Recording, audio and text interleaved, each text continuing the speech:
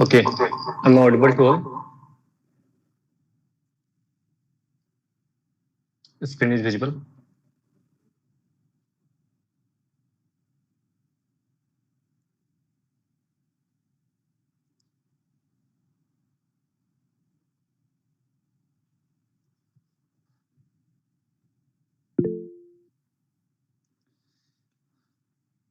Okay, and digital forensics, how many classes we have done?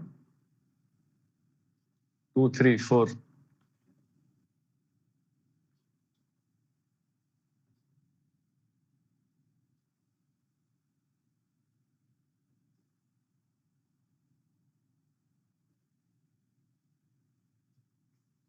Anyone, guys? You guys are preparing accordingly, ना?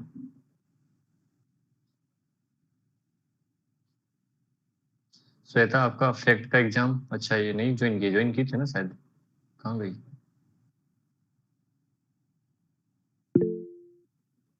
Four class.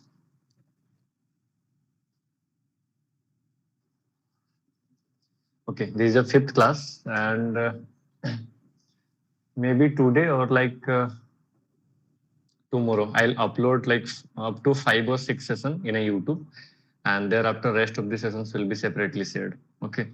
तो जितने लोगों ने miss out किया होगा आप देख लेना, and those you are preparing seriously for the CHFI exam, आप करते रहो seriously.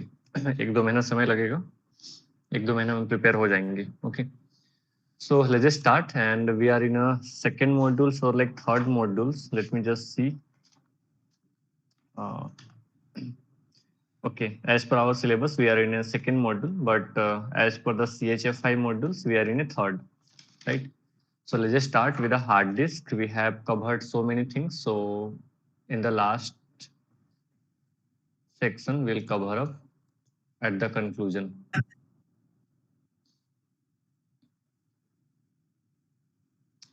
So file system we have done.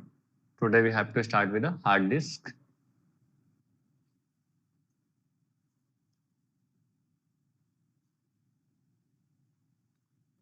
Sessions लंबी जाएंगी, so we'll take a break and उसके बाद फिर देखेंगे. So what are the things we have to cover up? So all the internal and outer things and the processes handled by the hard disk. So that will be covered in between like 10 to 15 minutes, and then we'll have to cover up. Let me just see. I'll share the rough notes too. Okay, and the terms and the terminology used in a hard disk or hard drive system, we'll discuss about that. And then second thing, we just have to terms or terminology I'm writing here, terms used in a HHD, right? Second thing we just have to discuss in today's class, that is a MBR and GPT.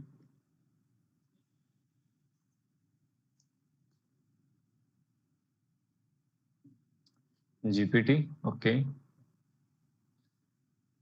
Thereafter, we'll discuss about the disk partition. Disk partition.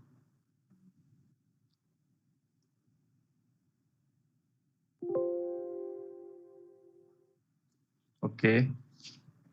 And then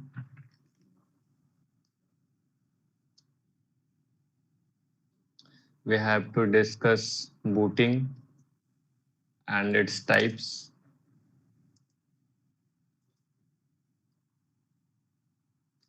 And lastly, we just have to theoretically discuss famous tools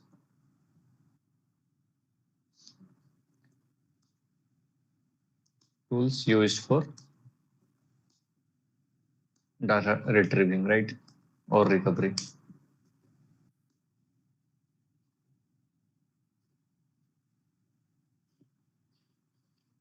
So these are the objective of today's class. And thereafter, like in upcoming classes, we'll start with whatever the tools will mention in this particular category. Okay. And after completion of that particular tools, we will finish the 3 or like 4 modules according to the CHFI or according to our syllabus. Okay. And after then, a lots of questions are there to practice. So we can practice on that So थोड़ा थोड़ा practice करते चलेंगे, नहीं तो उससे दिक्कत आएंगी. So after finishing these particular topics tomorrow, we don't have any content based classes. Tomorrow only we are going to discuss with some questions asked in CHFI, or like some sample question related to the module 1, 2 and 3 according to the CHFI module. Okay, जो भी share किए गए थे आप उसको एक बार देख लेना.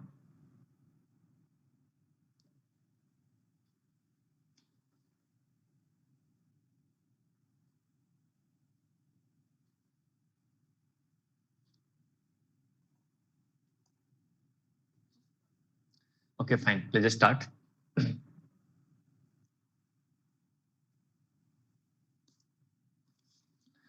Right, hard disk. So let's just understand deeply how and what are the components inside the hard disk, and those terms, those who are like important as for the examination point of view. Right, so मैं यहाँ पे hard disk बनाने की कोशिश कर रहा हूँ like this. Okay, this is the outer segment.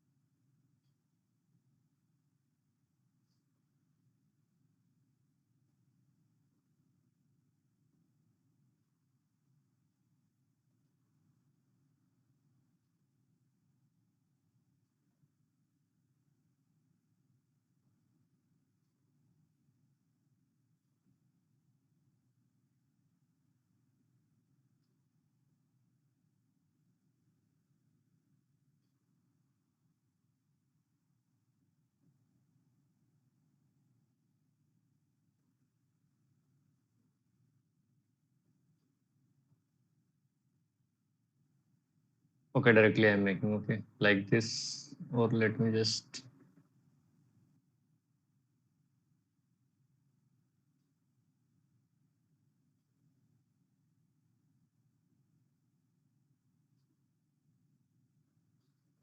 so here is a type A connection we are using. Okay, so in a center of a hard disk we have a platter, we can say. Okay,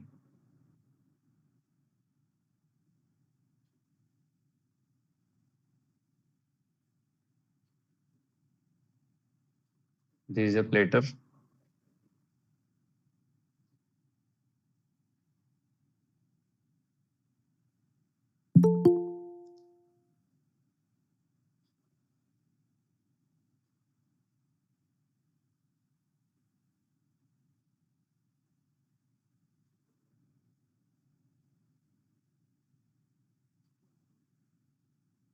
So many combinations of plates are there. I'm making some small circles. These we can say kind of spindles or like motor. Okay, later on we'll discuss.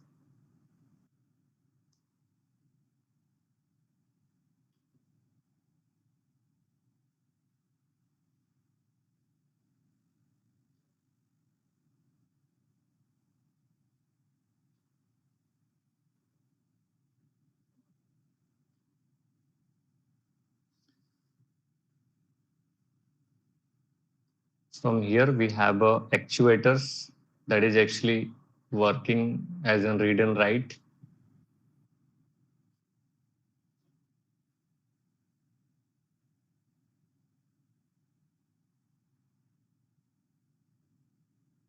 Roughly I'm trying to make that diagram, the actual component. Okay, and we have certain wiring kind of thing. These are some wires. These wires are connected with a kind of circuit, and also inside wiring this is connected with these platters. And from here we have a USB cable and we are connecting with any PCs. So roughly we have this diagram.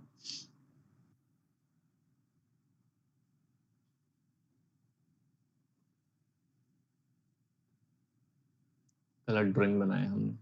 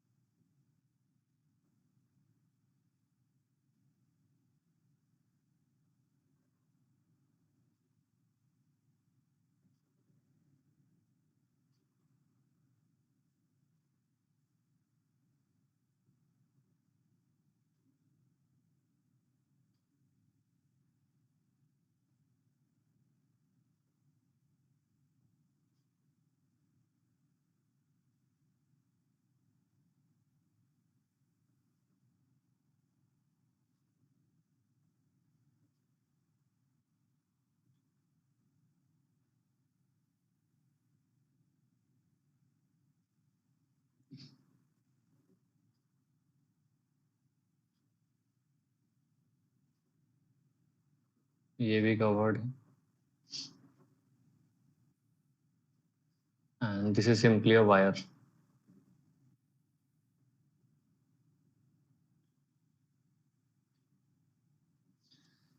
Right. So this is a simple diagram. Mainly 2 to 3 points are important. Let's just discuss first.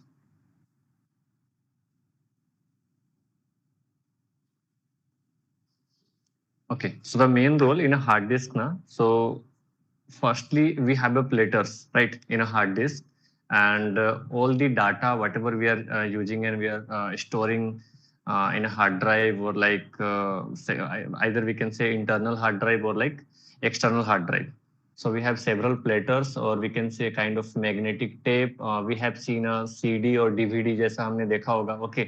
So something like that, CD and DVD, and a combinations of multiple CD and DVD. Okay. So we can say as in one plate. अगर मैं इसको समझाने की कोशिश करूं तो ऐसा कुछ दिख रहा होगा. This is a one plate and this is another plate and ऐसे करके प्लेट बाय प्लेट प्लेट पे अ combinations of multiple plates we have or like magnetic tape we can also say, and all the data whatever we are trying to store वो उस पे ही होता है mainly. ठीक है. That's why in case of like corrupted hard drives और like कभी खराब हो जाता है, सो इन एन इन्वेस्टिगेशंस और like in any firms they are actually able to retrieve the data from magnetic tape अगर वो जब तक कुछ नहीं हुआ है तो. ठीक है. So what is this actually? I'm writing here. This is actually disk. We can say disk or multiple platters, right? तो ये याद भी रखते चलना, छोटे छोटे जो पॉइंट्स इसमें करे जा रहे हैं कि प्लेटर्स क्या है. Platters is a kind of like disk we can say where all the data is stored actually, right. समझ में आया. So this is a plate, sorry, platter, and we have inside these circles, small circles.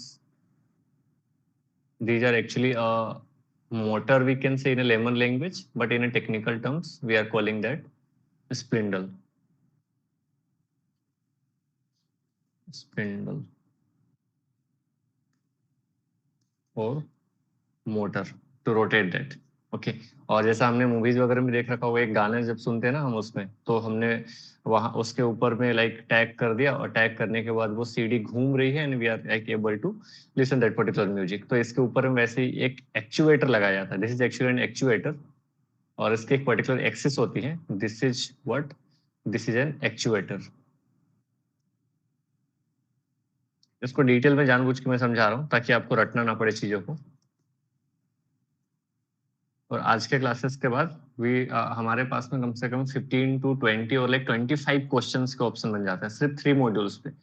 हमने अभी तक के सिर्फ basic modules को cover up कर रखा है and on that modules we are having 15 to 25 questions in a CHF exam. तो ऑब्वियसली ये इंपॉर्टेंट है, याद भी रखना पड़ेगा आपको, right. So this is actually an actuator and in the top side we have actuator head और read write head we can say. And on the basis of that actually जो हमारी आरपीएम जाती है, राइट, कि कितने हमारे speed है उसमें रीड एंड राइट करने की, तो उस चीज से ही डिसाइड होता है. The maximum we have the RPM और रीड राइट कैपेसिटी, और वो जिस हिसाब से पॉइंट कर पा रहा है इसलिए उसके बेसिस पे ही स्पीड डिफाइन करी जाती है किसी भी हार्ड ड्राइव की. So this is actually read write head, but actually actuator head. We have actuator axis too, but उतना ज्यादा कुछ समझेंगे तो फिर हमारा खुद का ही दिमाग खराब होगा, बट ठीक है.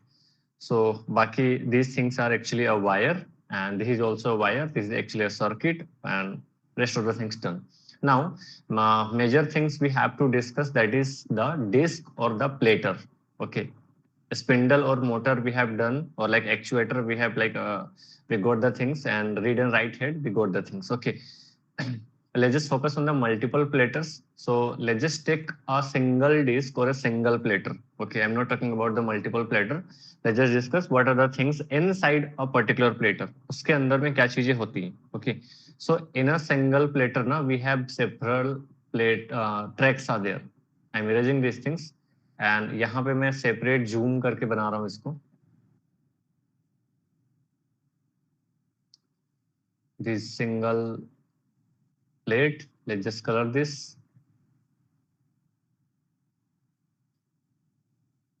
Okay, इसको हटाते हैं. Okay, so we have multiple tracks are there, like ऐसे नहीं रहता, पूरा सर्कुलर रहता है. ये अच्छे से ड्राइंग बन नहीं रहा, पता नहीं क्यों. चलो कोई नहीं, ऐसे बना लेते हैं. So this is one tracks in a single disc or a platter. This is another track. This is another track, like that. Okay. So in a platter we have multiple tracks. So these are, we can say, let me just color.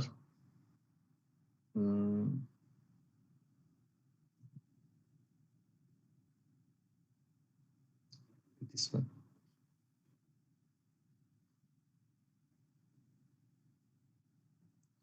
This whole space now we can say these are tracks.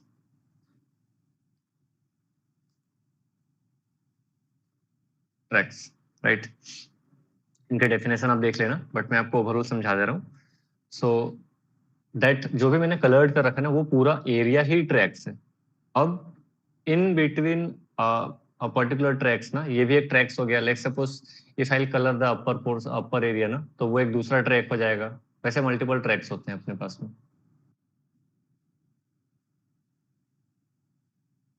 इसको अगर हमने से colour कर दिया, so this is another track, right? These are tracks actually.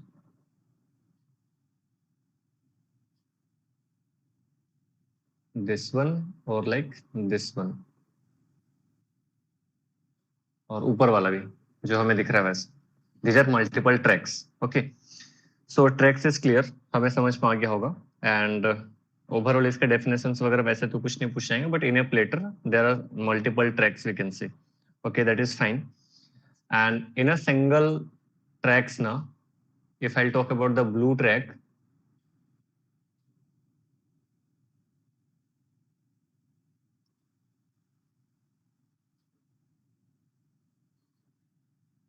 we have multiple cluster. These are cluster actually. Let me just color one or two.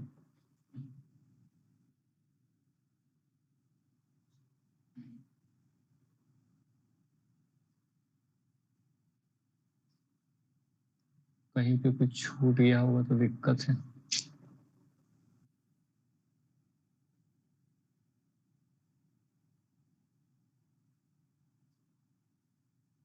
These individual segments are called cluster. Confused मत होना, अभी चुपचाप सुनते जाना.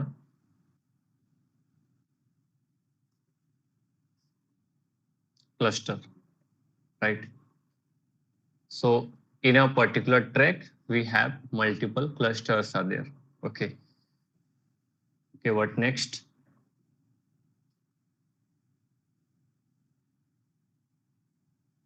In a particular cluster now, we have several more sections are there, like this.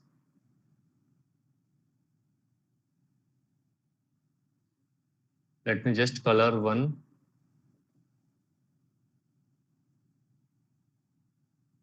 This one.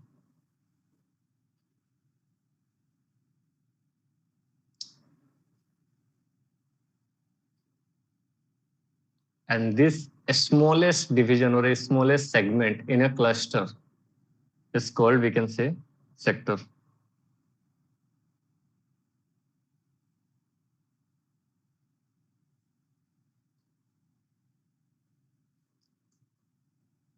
Sector.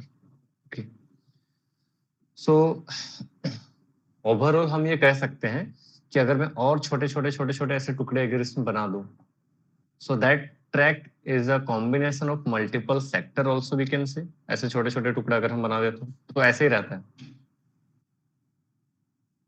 But for some multiple sectors ना, combinedly we are just calling a cluster, and combinations of clusters like वो पूरा tracks cover up करता है. सो एक segment को तोड़ के मैंने दिखाने की कोशिश करी, otherwise generally peoples are like making a diagram like this, कि वो ट्रैक में डायरेक्टली उन्होंने सेक्टर्स ही बना दिए इंडिविजुअल ऐसे ऐसे करके, and they just calling that as an sector. यहाँ तक समझ में आया? Let me just again repeat. So we have picked a platter for a disk, okay, and I have drawn some several tracks over there, like different colors, blue one or like orange one or like brown one, okay. So we have drawn a multiple tracks, so हमें समझ में आ गया कि उस rounded space का जो space है blue colored वाला, that is a another track, and orange one is a another track, okay. So in a track I have categorized like 4 to 5 segment. So those bigger segment are called a cluster. That means we can say cluster is a combination of multiple sector. Generally वो आपका 4 cluster to 8 cluster के बीच, sorry 4 sector to 8 sector के बीच में जाता है. Sometimes people can ask like how many sectors needed to make a one cluster. So one cluster equal to generally 4 sector, but sometimes, or we can say 8 sector. It's depend on the hard disk architecture, वो कब पुराने वाली है, कौन सी companies कैसे बनाने हैं उसके ऊपर में, ठीक है. But generally if anyone is asking we will firstly check the 4 sector, okay. So हमें समझ में आया कि एक ट्रैक है, उसके अंदर में सेवरल सेगमेंट्स आर देयर. वो जो लार्जर सेगमेंट है we have called that a cluster, और इनसाइड द क्लस्टर और स्मॉलर जो हमने सेगमेंट बोला वो हमारा सेक्टर कहलाएगा. दैट मीन्स कि sector is the smallest physical storage unit on the disk. I am writing that. Cluster को भी लोग कई बार बोलते हैं cluster and segment, but confuse मत होना, सबसे छोटा हमारा सेक्टर होगा. सेक्टर स्पेलिंग वगैरह देख लेना यार, ठीक है. Is the smallest physical storage unit on the hard disk, on the disk, sorry, on the disk, right. और one sector is equal to 512 byte we can say, okay. अब ये कई बार हो सकता है that will be the minimum. Cluster size ना differ करती है, ऐसा नहीं कि सिर्फ 4 सेक्टर पे होगा, but we can say one sector की जो साइज होंगी 412 byte, that will be the वो मिनिमम. एक क्लस्टर की मिनिमम साइज हो सकती है वो, ठीक है, 1. एंड मैक्सिमम आई गेस मुझे लगता है कि 128 सेक्टर तक जाती है मैक्स. 128 सेक्टर तक भी जाती है क्लस्टर की साइज. कहाँ जा रहा है यार ये, छोड़ो कोई नहीं, okay. Till here everything is clear ना, सबको समझ में आया? कोई पॉइंट समझने में? ये मेजर मैंने टर्म्स को लिख रखे हैं यहाँ पे, इसमें से किसी चीज को समझने की में दिक्कत? Read and write head what that actually doing is, वो जितना स्पीडली आपका मूव करेगा दैट एक्चुएटर जो मैंने वहां पे आपको बता रखा है उसके रीड एंड राइट हेड, उतनी ही स्पीडली आपकी रीड एंड राइट की जो स्पीडिंग आती है कॉपी पेस्टिंग या फिर ट्रांसफरिंग करने में, वो डिफर करेगा उसमें, ठीक है. तो जितनी ज्यादा हाई आरपीएम पे रीड एंड राइट की मूवमेंट की आपको दी जाती है हार्ड ड्राइव पे, on the basis of that उसके प्राइस वेरी करते हैं. Cluster we have done, cluster समझ में आ गया. What is cluster? Cluster is a combination of multiple sector and a sector is a smallest unit on a disk, okay. Spindle और motor, what is motor? That is a rotatable, वो moving करता रहता है, घूमता रहता है. That movable part in a disk or a hard drive is a called splinter, that is on a center of that particular drive, or like sorry disk or platter. And a platter is a disk where all the data are actually stored, that is made up of a magnetic tape we can say. And in a disk we have a several tracks are there, multiple tracks are there, and in a tracks space or like track we can say we have multiple cluster or a larger segment, those are cluster actually. And in between those clusters smaller segment are there, those are actually called sector. यहां तक किसी को कुछ confusion है तो बताओ, आगे बढ़े.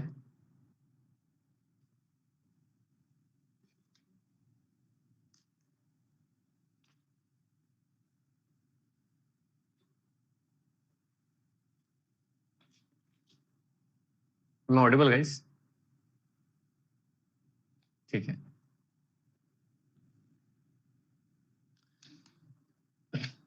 Okay so we have some more points, उसको भी थोड़ा सा डिस्कस कर लेते हैं. That is the first one is like slack space, और उसके बाद फिर हम हार्ड ड्राइव पे जाएंगे. एचडीडी पे कुछ और चीजें हमें डिस्कस करनी है, लाइक डाटा रेट और like seek timing and all.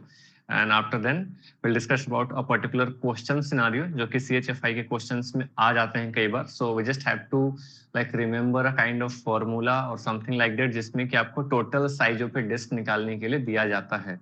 उसको एक बार डिस्कस करेंगे. और ये चीजें पढ़ते पढ़ते हो सकता है पागल हो जाओगे, पता नहीं. मैं खुद भी जो मॉडल्स निकाल रहा था ना, मैंने जितना सोच रखा था उससे काफी ज्यादा डेप्थ है सीएचएफआई के एग्जाम को क्लियर करने के लिए समझना.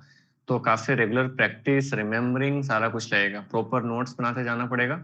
Otherwise once we will reach to the 7th module और 8th मॉड्यूल ना, तो फर्स्ट मॉड्यूल में हमने क्या पढ़ा था भूल जाएंगे. Like in the last segment, we have studied about the FAT or like FAT 1632 or like EXT, HFA सबके बारे में पढ़ रखा था, their capacity and file size handling. तो वो सारी चीजें आपको याद रखनी पड़ेंगी.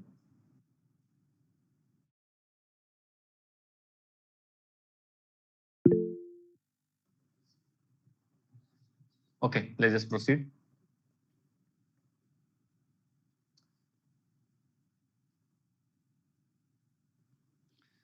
So there is another theory for the slack space, or we have another term called slack space. Here is slack space. So what is slack space? Slack space is actually, let me just make a particular diagram. So with the help of that, we will easily understand that. Let's suppose this is a cluster. Okay, मैंने क्या बोला कि ये cluster है. So we have a several sectors are there. Let's suppose we have a 4 sector. Okay, and we have stored a kind of data. हमने कोई data किसी hard drive में स्टोर किया, और वो डाटा जो है किसी पर्टिकुलर ट्रैक्स के किसी पर्टिकुलर क्लस्टर पे स्टोर हो गया. लेट्स सपोज कि 2 KB की फाइल थी, 2 KB की फाइल, 2 KB की file, and that 2 KB of file ना क्लस्टर में यहाँ से लेके यहाँ तक उसने स्पेस कवर अप कर लिया. एक क्लस्टर के इसने 3 सेक्टर को कवर अप कर लिया. Okay, so what about this particular sector, क्योंकि ये उसी क्लस्टर का पार्ट है. This is one cluster from here to here. This is one cluster, let's suppose.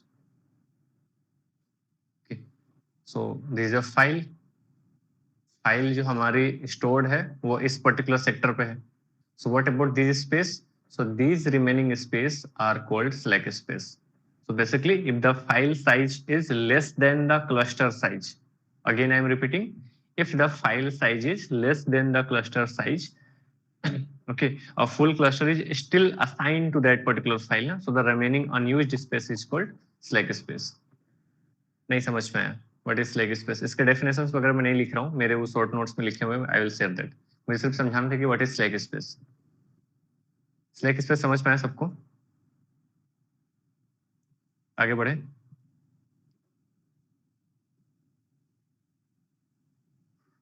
तो 2 KB की फाइल यहाँ से यहाँ तक कैप्चर करें. जस्ट लाइक हमने वो किया था ना कि अगर हमारा कोई इंटीजर है x का and we are putting a number 10, so once we will delete this ना, तो डिलीट करने के बाद ये 10 एक पर्टिकुलर एरिया पे ही होगा. सम कुछ पोर्शन बच जाएंगे अगर 4 KB का इसका डाटा है तो, समथिंग लाइक दैट, जो कि हमारा ऐसे ही काम करता है. अभी इसको आगे इसके एड्रेसिंग, इसके पॉइंटर्स, इस पे भी बातचीत करना है, एंड उस पे भी क्वेश्चन आते हैं.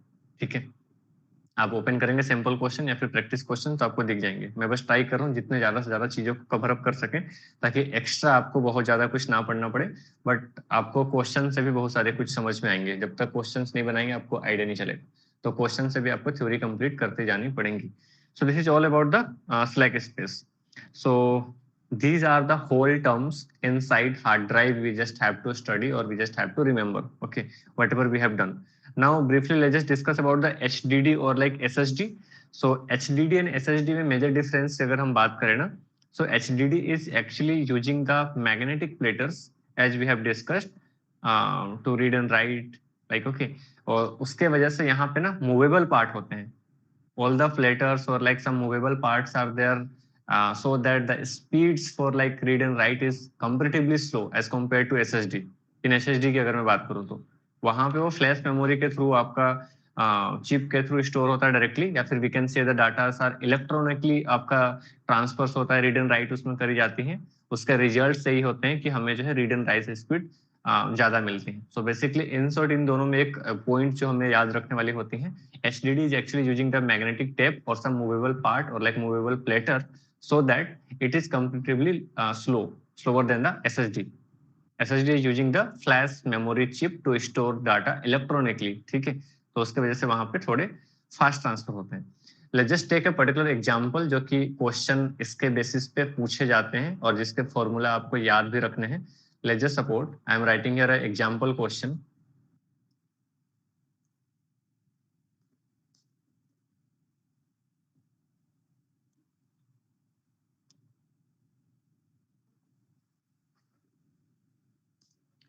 कि मैंने डिस्क सिलेंडर के बारे में नहीं बताया ना। Some small kind of cylinders are there, जो कि मैंने स्पिंडल का जो नाम दिया आपको, उसमें राउंडेड राउंडेड छोटे छोटे छोटे छोटे करके जो है बहुत सारे और आपके सिलेंडर्स होते हैं। Okay, late me just right for example, वो माइनर होते हैं काफी ज्यादा एंड बहुत लार्ज नंबर पे होता है। So let me just right, मैं रफ फेक लिख रहा हूँ। अ disc has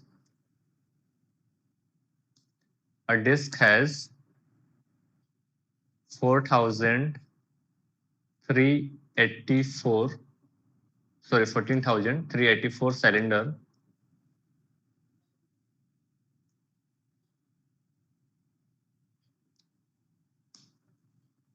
and 80 heads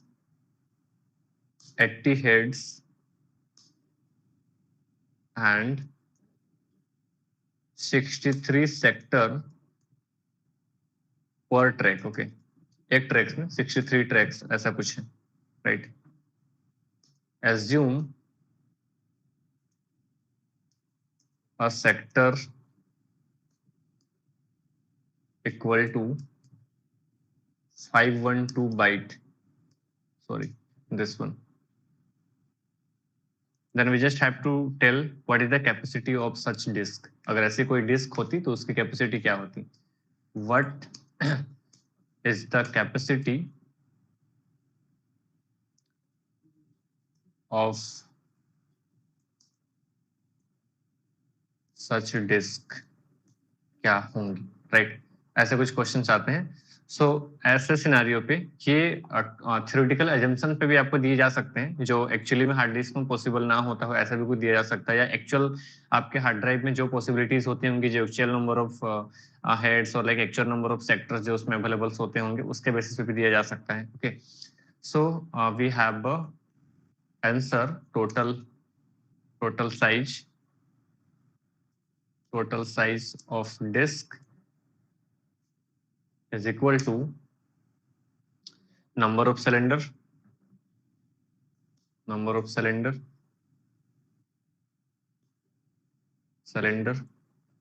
into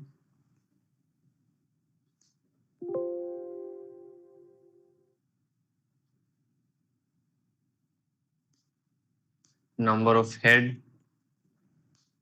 into number of sector per track, per tracks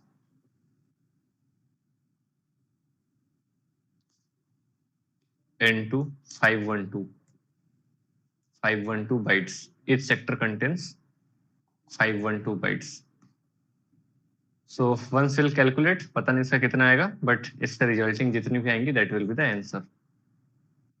384 into 80 into 63 into 512 bytes।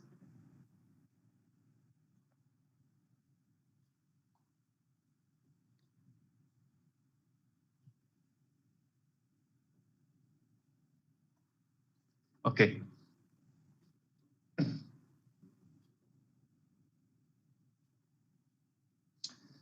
what we have done, platter, cluster, sector, tracks, okay, spindle, motor and slack space and a kind of normal question based scenario। पता नहीं इसके कितने chances हैं, but ध्यान में रखना एक बार, multiple चीजें ऐसी पूछी अगर गई तो। Now hard disk performance is actually measured by the two factors. Actually, let me just write here HDD performance. It's actually measured by two factor.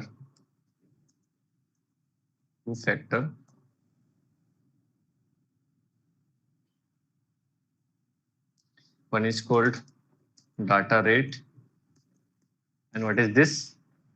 This is actually the ratio of number of bytes per second that the hard disk sends to the CPU. Okay, so kind of what size, like let's suppose 2 KB or like 4 KB, that is the amount of data that hard drive is actually sending to the CPU per second. Okay, that is actually a data rate. Second one is called seek time.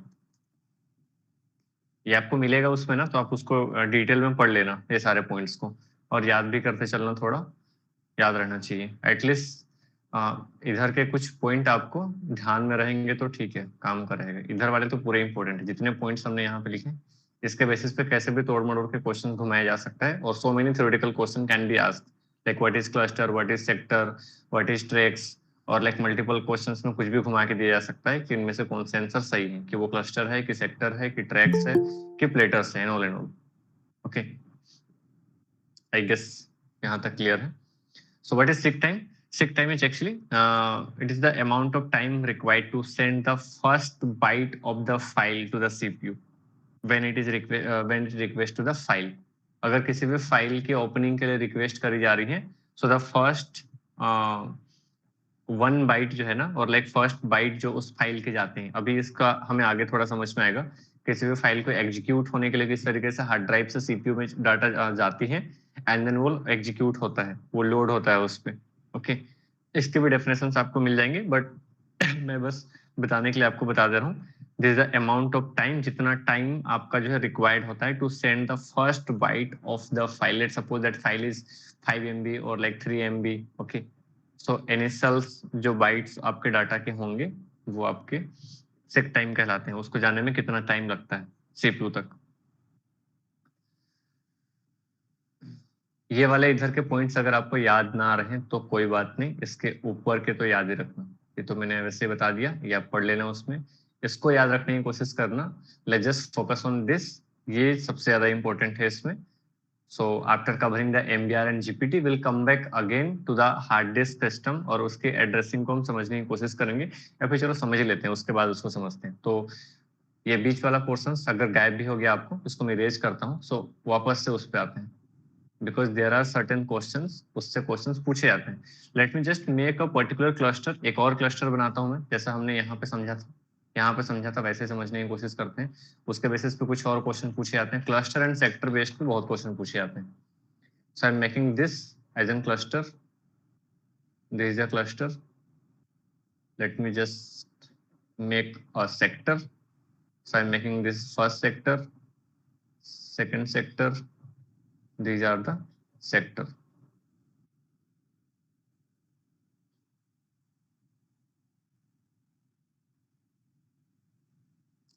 These unused space we can say, अगर ये used नहीं हुआ है, we can say this is a slack space.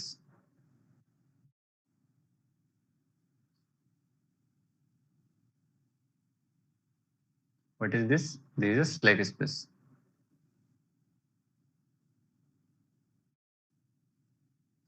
So what are these actually? Now I'm writing here the address. अब जब भी हमारा कोई एक क्लस्टर स्टार्ट होता है ना, सो जस्ट लाइक हमने एरे पढ़ रखा है प्रोग्रामिंग में, राइट? सो इसकी एड्रेसिंग जो है 0 से स्टार्ट होंगी, and this one is not 1 actually, but कोई भी क्लस्टर का जो है ना, क्लस्टर का हमारा जो इनिशियल सेक्टर होगा that will be the sector 0, और फर्स्ट सेक्टर को हम सेक्टर 0 बोलते हैं। This one is first sector, late me just right, this one is first sector, और we can call sector 0, sector 0 बोला जाता है। तो सेक्टर 0 बोला मतलब कि 0 नहीं है वो, 0 that will be the addressing, वो फर्स्ट सेक्टर है, ठीक है, यहाँ तक थोड़ा थोड़ा समझ में आ रहा है। आप कंफ्यूज करोगे थोड़ा सा, इसलिए मैं टाइम लूंगा इसके बाद में। आफ्टर कवरिंग दिस ना will take a break and then उसके बाद फिर हम चीजों को थोड़ा और आगे बढ़ाएंगे। सो फर्स्ट सेक्टर मैंने बनाया, we can call this in sector 0। Okay, and what is this now? This one is the second sector, और इसकी एड्रेसिंग लेट सपोज वो रैंडम रह सकता है, बिकॉज ये सिर्फ अकेला क्लस्टर नहीं है उस ट्रैक में, राइट? तो कुछ भी हो सकता है। नहीं समझ में आएगा दोबारा से पूछ लेना अभी। Let suppose like 102, or like let's suppose this is 103, let's suppose this one is 104, something like that. It will go, जितने भी इसमें क्लस्टर्स में जितने सेक्टर्स होंगे, मैंने 3-4 बना रखे हैं, ज्यादा भी हो सकते हैं, 8-10 हो सकते हैं, और लाइक 1-2 हो सकता हो, या फिर तो पूरे के पूरे ट्रैक्स को काउंट की जा रही हो, इसमें कुछ भी हो सकता है इसमें। Okay, so let's suppose files are there in these sectors. Files are there in these sectors. इसमें क्या है? फाइल्स है। तो सेक्टर 0 पे क्या होता है? अरे यार दिखा दो यार, सेक्टर 0 पे क्या होता है एक्चुअली, राइट? उसको समझ लेते हैं। So that sector 0 actually contains, this actually contains info,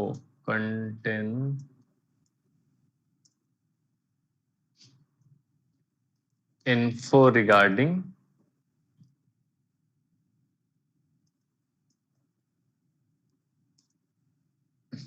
files on disk, location, size, etc. ठीक है, this kind of information are stored in sector 0। इसके जो स्टार्टिंग की जो आपके फर्स्ट सेक्टर मैंने बोला, जिसको हमने सेक्टर 0 का नाम दिया।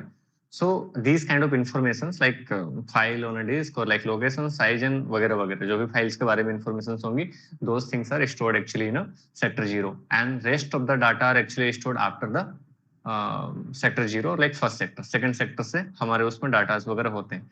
सो फाइल्स जहां तक भी जा रही हैं, and if we have the remaining space in that particular cluster, so that remaining space is called a slack space, जैसा कि हमने नाम दिया। okay, sometimes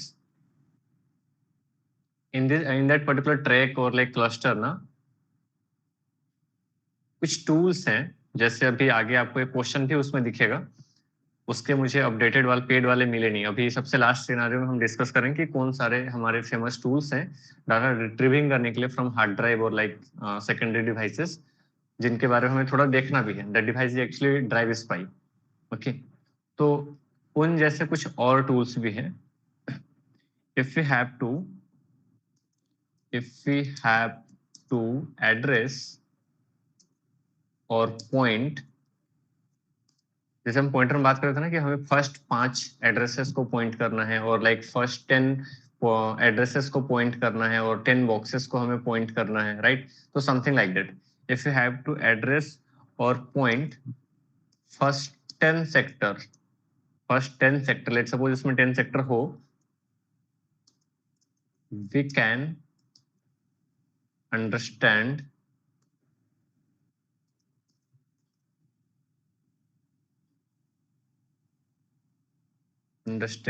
bye. अब बाय में यहाँ पे क्या जनरली जो है ना, कुछ टूल्स भी उसको यूज करते हैं, और कई जगह पे आपको लिखा हुआ भी आ सकता है। So how we can write that? So सबसे पहले हमें इसका जो डेनोशन होता है ना, डेनोशन दैट मीन्स कि आपको ऐसा लिखा हुआ दिखेगा, that is 0। Always if we are mentioning any data in a sector और cluster, so will write 0, right? 0 हमें मेंशन करना ही है, and we have to mention the semicolon, and then what, from where which addresses that file is actually starting. So for example, let's suppose in our screen we have started with a 102, so 102, okay, and then we'll write here the comma, and how many sectors we want to cover up, or like we want to address, or we want to copy, we want to anything. आपने जिन्होंने exam topics के questions को जिन्होंने देखा होगा, उस पे एक क्वेश्चन इसी के बेसिस पे था, इसलिए मैं इसको समझा दे रहा हूँ, right? Like let's suppose we have to address next 10 sector or like first 10 sector or like 20 sectors. So in that particular tracks or like sector, sorry, cluster, we can address like that 0 and then semicolon and then 102, 10. इसके basis पे आपको एक question दिखेगा. Let me just open that particular question so that you guys will better understand. आपको ज्यादा अच्छा समझ में आएगा. इसके सारे 800 क्वेश्चंस को मैंने देख लिया है, उसके बेसिस पे ही मुझे थ्योरीज को इम्प्लीमेंट करनी पड़ रही है, तो मुझे नहीं लगता है कि आपको ज्यादा मेहनत करना पड़ेगा. एंड कल के हमारे जो सेशन है, कल कोई कंटेंट बेस्ड क्लास नहीं है, कल सिर्फ क्वेश्चन प्रैक्टिस होंगी. I will pick some of the question और sample questions in between these 3 modules. जो 3 मॉड्यूल्स हमने कवर अप कर रखे, उनमें से हो सकता है कुछ बनेगा, हो सकता है मेरे से भी ना बने, सो हम उसको वैसे ही डिस्कस करेंगे, देखेंगे कि आप कितना वहां पे बता पा रहे हैं, और जो टॉपिक्स नहीं कवर्ड होंगे उनको आप जाके स्टडी कर लेना. ओके, ये क्वेश्चन इस पे ही था. So once you will search about the Drive Spy forensic tool, you will see about these things. Okay, so you are using the Drive Spy or like forensics tools and want to copy 150 sector where the starting sector is this one, 1709 on the primary hard drive. Which of the following formats correctly specify these sectors? So according to the rules we have discussed, because that sector is starting with a 0. So all these 3 options A, B and D are starting with a 0. Okay. And semicolon, and then we have a starting sector that is a 1709. So option B and option D has a 1709 and we have to select 150 sector और address 150 sector. सो मैंने उसका general theory बता रखा है क्योंकि इस question को घुमा के भी पूछ सकते हैं वो, ठीक है. इसीलिए जो कंसेप्ट समझा है उसके बेसिस पे बनाना. वो हो सकता है कि they will ask as in how we can address those files और those sectors if that sector is starting with their end files यहाँ तक हैं और ऐसे ऐसे कुछ हो रहा है. So the correct answer will be C, sorry B होना चाहिए. Is it clear? यहाँ तक समझ में आया? इसलिए मैंने पहले बोला क्लस्टर सेक्टर के बेसिस पे बहुत क्वेश्चन पूछ जाएंगे. इसके आगे भी कुछ क्वेश्चंस हैं, कल हम सिर्फ क्वेश्चन ही क्वेश्चन देखेंगे. बाकी लोगों को कोई कंफ्यूजन समझने में?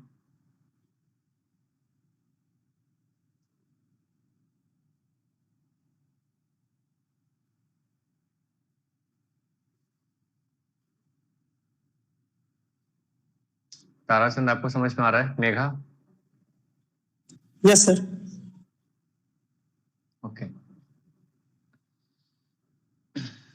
So further we just have to proceed with the MBR and GPT, and then we have to discuss the disk partition and then booting process and then famous tool used for data retrieving and from HDD and SSD.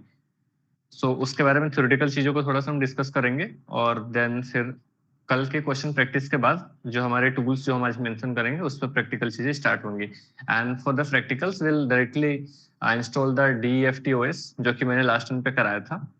तो उसके बाद फिर उसको देख लेना and install that OS. Okay, DEFT. Whatever the tools you are going to use now, I am not going to separately install like OTEPSI or like WinHex or जो भी आपके इनकेस का अगर वहां पे नहीं होगा OS में तो ही हम इंस्टॉल करेंगे, नहीं तो फिर वो नहीं करेंगे. इसमें जाके ये वाला देख लेना और इंस्टॉल कर लेना.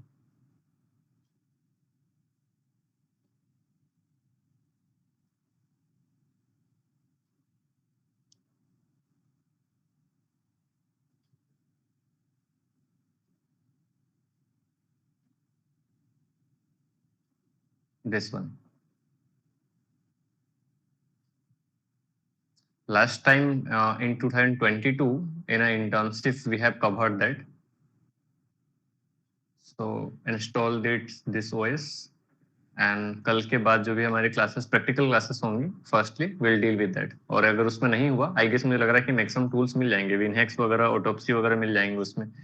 आई गेस इन केस लग रहा इन केस नहीं मिलेगा, और एक दो और आपका TS के नहीं मिलेगा उसमें, तो देखना पड़ेगा. ड्राइव स्पाई भी नहीं मिला मुझे उसमें, वो तो ड्राइव स्पाई मुझे गूगल पे भी नहीं मिला, ढूंढना पड़ेगा. ठीक है, लेकिन उसके बेसिस पे भी क्वेश्चन पूछे आते हैं, जितने भी टूल के बेस पे क्वेश्चन पूछे आते हैं उस पर देखेंगे। तो अभी क्या आगे बढ़ना है या 5-10 मिनट का ब्रेक ले?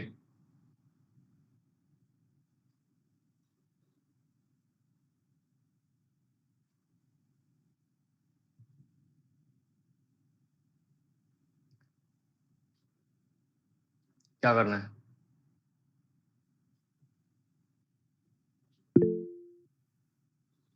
बाकी लोग गाइस जल्दी बताओ, अदरवाइज हम 5 to 7 मिनट्स में कम बैक करके फिर आगे बढ़ सकते हैं, 7 बजे तक चलेंगे। आज खत्म ही करके मानेंगे ये वाला मॉड्यूल को, ताकि कल क्वेश्चन प्रैक्टिस करें एंड देन एक बार टूल बेस्ड प्रैक्टिस हो गई ना, तो एटलीस्ट मेरे को लगता है 30-40 question we can touch. Autopsy खत्म हो गया, इनकेस खत्म हो गया, और एक दो और टूल्स है, टीएसके है एंड विनहेक्स है। इसके बाद फिर हम एक्विजिशंस के लिए फिर एफटीके मेजर वगैरह पे जा सकते हैं। जल्दी बताओ, जल्दी बताओ, मेघा क्या करना है? एंड मधुसूदन, समझ में आ रही है?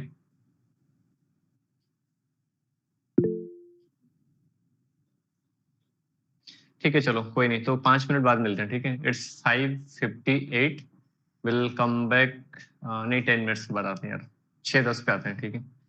मैं यहीं से स्टॉप कर दे रहा हूँ इसको।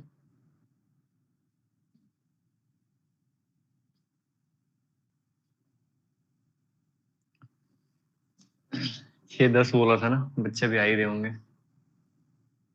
कोई नहीं। इस वीक में हमारे मल्टीपल गेस्ट लेक्चर हो सकते हैं, तो सब में कनेक्टेड ही रहना, सारे इंपॉर्टेंट ही होंगे, एक दो को छोड़ के। और बाकी लोगों के क्या चल रहे हैं, आप लोगों के कौन कौन से एग्जाम वगैरह की तैयारी वगैरह कर रहे हैं अभी? सीएच या ओएससीपी वाला कोई है यहाँ पे?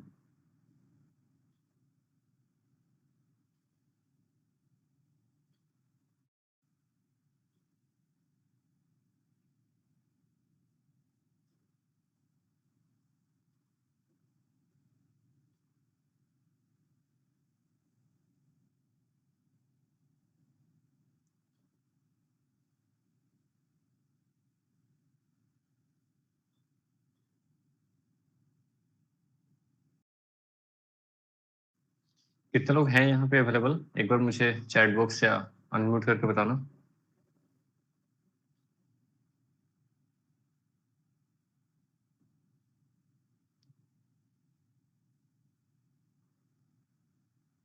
इज देयर इज एनीवन, या सब चाय पीने चलेगा? ठीक है, इसका आंसर बताओ जरा क्या होगा। Before you are called to testify as an expert, what must an attorney do first? अब देखो, ऐसे सवाल का तो जवाब आपको कोई थ्योरी पे कोई नहीं पढ़ा सकता, तो आप क्वेश्चंस वगैरह को सॉल्व करते जाएंगे तो ही समझ में आएगा। क्या लगता है क्या आंसर होंगे? कि अगर आपको जो है अ, बुलाया गया है टेस्टिफाई एज एन एक्सपर्ट करने के लिए, तो क्या करा जाएगा पहले? engage in a damage control, prove that tools you use to conduct your examination are perfect, कि वो आपको प्रूफ करना पड़ेगा, और read your curriculum vitae to the jury, और qualify you as an expert witness. ऐसे सिनारियो पे पहले आपको टेस्टिफाई करा जाता है कि आप जो है आपकी एक्सपर्टीज कितनी है, और फिर आपको sorry, the option D will be the right answer, qualify you as an expert witness.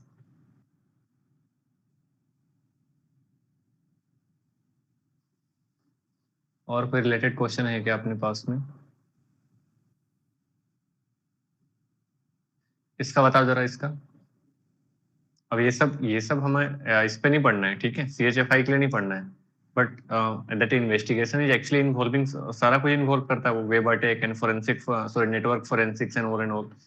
तो हमें जो वेब अटैक्स होते हैं उसकी नॉलेज होनी चाहिए। इसको अगर पढ़े तो you are working on the for your doctorate degree in computer science, okay?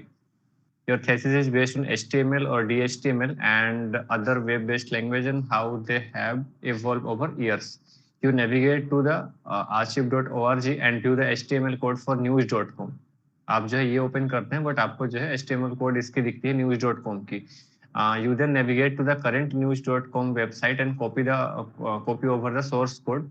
While searching through the code, you come across something abnormal. What have you found? तो आपको वो किस तरीके का बग लगता है? क्या लगता है पार्थ, बताओ जरा, कौन सा बग होगा वो? Web bug, CGI bug, Trojan downloader और ब्लाइंड बग?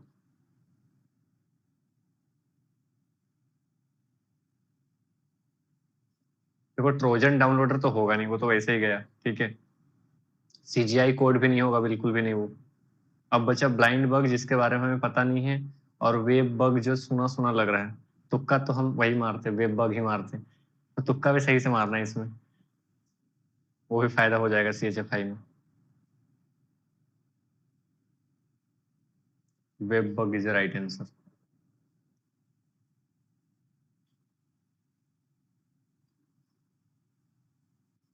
कल एक सैंपल क्वेश्चन हम डिस्कस करेंगे, mock question we can say, जो कि हमारे सिर्फ मॉड्यूल बेस्ड होंगे। और एक बार टूल्स खत्म हो जाए तो एक टेस्ट भी होंगी, जैसा हमने बोल रखा था। अब ये तो चलो ठीक है, थोड़ा बहुत बता दूंगा मैं, ट्रेडमार्क लॉ क्या होता है और लाइक कॉपीराइट लॉ क्या होता है, ये सारा कुछ पेटेंट एंड ऑल थोड़ा करना पड़ेगा। ये तो ऑलरेडी कवर अप कर लिया था हमने। इसके बाद फिर ये भी देखो, अब ये अटैक से रिलेटेड है, तो हमें जानकारी होनी चाहिए क्या डिजिटल अटैक क्या होता है, डिनाइल ऑफ सर्विस अटैक क्या होती है, फिजिकल अटैक क्या होती है, और लाइक ARP रिडायरेक्ट क्या होता है, राइट।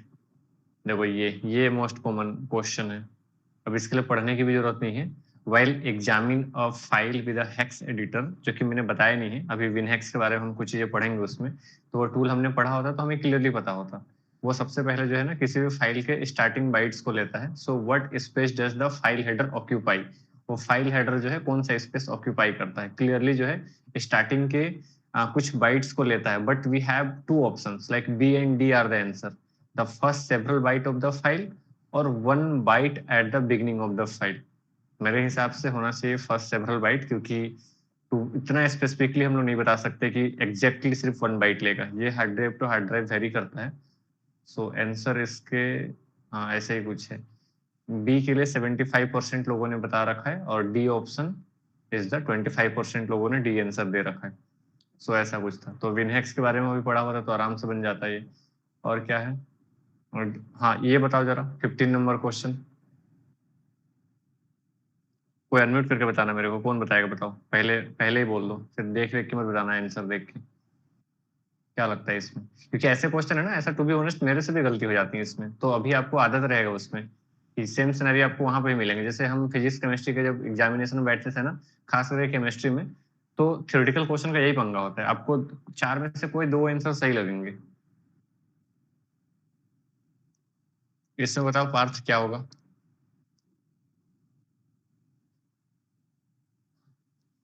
अगर हम डिलीशन प्रोसेस कर रहे हैं तो which of the following statement holds true, पहले देखते हैं इसको, समझते चलते हैं, ठीक है। तो क्वेश्चन से भी ना कई सारे अंडरस्टैंडिंग हमारी ज्यादा क्लियर होती है। When the file are deleted the data is overwritten and the cluster marked as available. तो फाइल को डिलीट करते हैं तो डाटा इज ओवररिटन, ये तो बिल्कुल नहीं होता है। क्लस्टर मार्क्ड एज अवेलेबल, तो मेरे को तो नहीं लग रहा सही होगा ये। The longer a disk is in use, the less likely it is that deleted file will be overwritten.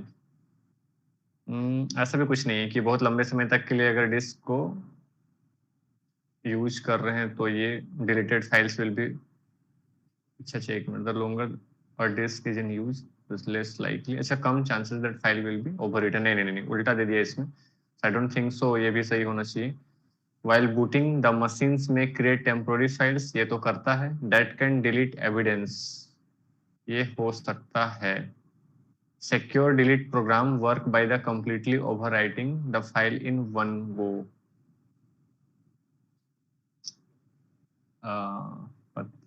ये तो नहीं लग रहा है मुझे, आई गेस सी होना चाहिए।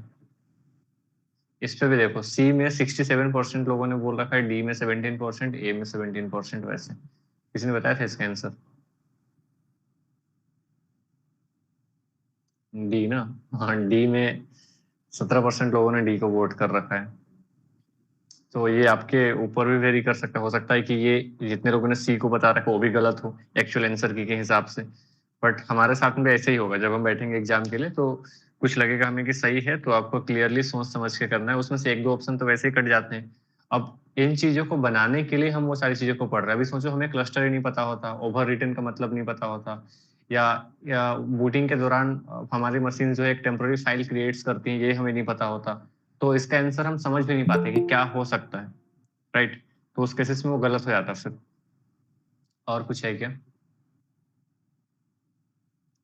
ये सब बनाएँगे अभी, वो 3-4 रिकवरी वाले टूल्स खत्म करने के बाद सब बन जाएगा। और क्या है? ये भी आसान क्वेश्चन है, अगर हमने पढ़ा होता है हेक्साडेसिमल कोड के बारे में तो ऑफसेट उसका 0 इससे शुरू होता है बिगिनिंग में, बी नंबर होगा इसका। इट टेक्स क्या लिखा हुआ है? Mismanaged case to ruin your professional reputation as an personal. इसका बताओ क्या होगा? अब बताओ, ऐसे क्वेश्चंस को तो कोई थोड़ी पढ़ सकता है, ये तो आपको वैसे ही मारना पड़ेगा। क्या लगता है?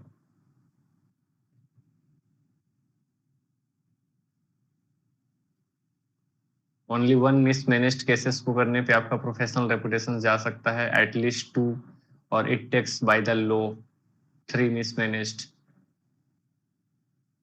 कैसे मारेंगे ऐसे क्वेश्चन में? तो मैं भी खुद कंफ्यूज हो जाऊं जब तक आपको एकदम क्लियरली आंसर आपने ना देख रहे हो। सी, आप लोगों को क्लियरली पता है सी only one.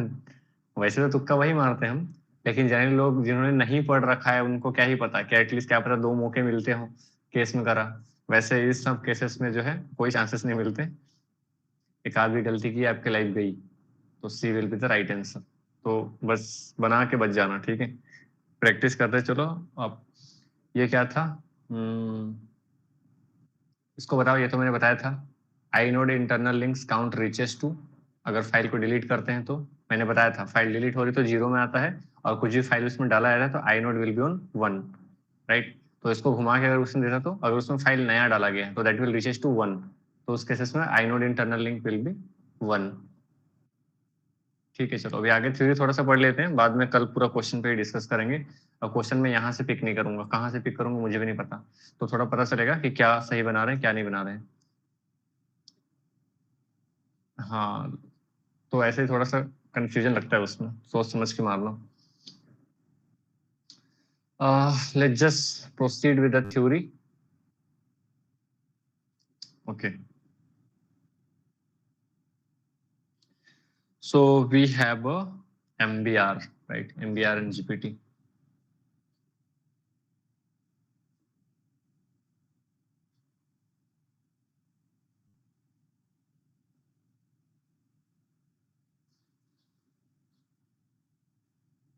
Writing here MBR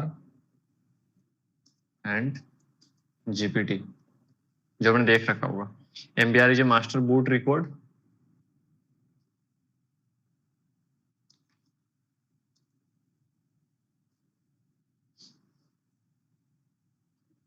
और GPT आपका GUID पार्टीशन टेबल होता है, राइट?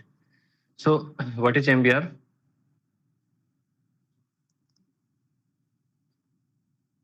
बेसिकली ना, ये भी आपके स्मॉल मेमोरीज और सेक्टर्स को डिनोट करता है। अगर इसके हम रेफरिंग करें, so I am not writing the definitions और like theoretical kind of thing, right? But आप उसको देख लेना उसमें। MBR आपका फर्स्ट सेक्टर या 0 सेक्टर को डिनोट करता है of the storage devices in a hard drive, और we can say the informations regarding the file. जैसे कि मैंने बताया, अगर सेक्टर 0 को डिनोट करता है वो जहाँ पे कि आपके फाइल के इंपॉर्टेंट डाटाज होते हैं, तो वी हैव ऑलरेडी डिस्कस्ड कि उसमें जो है आइदर आपके डिस्क के फाइल की information and all in all वो सारे इंफॉर्मेशन हो सकती हैं। बट अगर हम डिस्क के पहले सेक्टर्स की बात कर रहे हैं, so some other information are also there जो कि हमारे MBR में स्टोर्ड होते हैं। In practice if we can say MBR almost always refer to the 512 bytes जो होता है ना, बूट सेक्टर और partition sector of a disk, जिसको जनरली हम बोलते हैं। अभी फिलहाल के लिए इसको इसको थोड़ा सा लेटर ऑन समझते हैं। अभी इसको मैं इरेज करता हूँ और हम डिस्क पार्टीशन को थोड़ा सा समझते हैं, उसके बाद MBR और GPT पे आएंगे।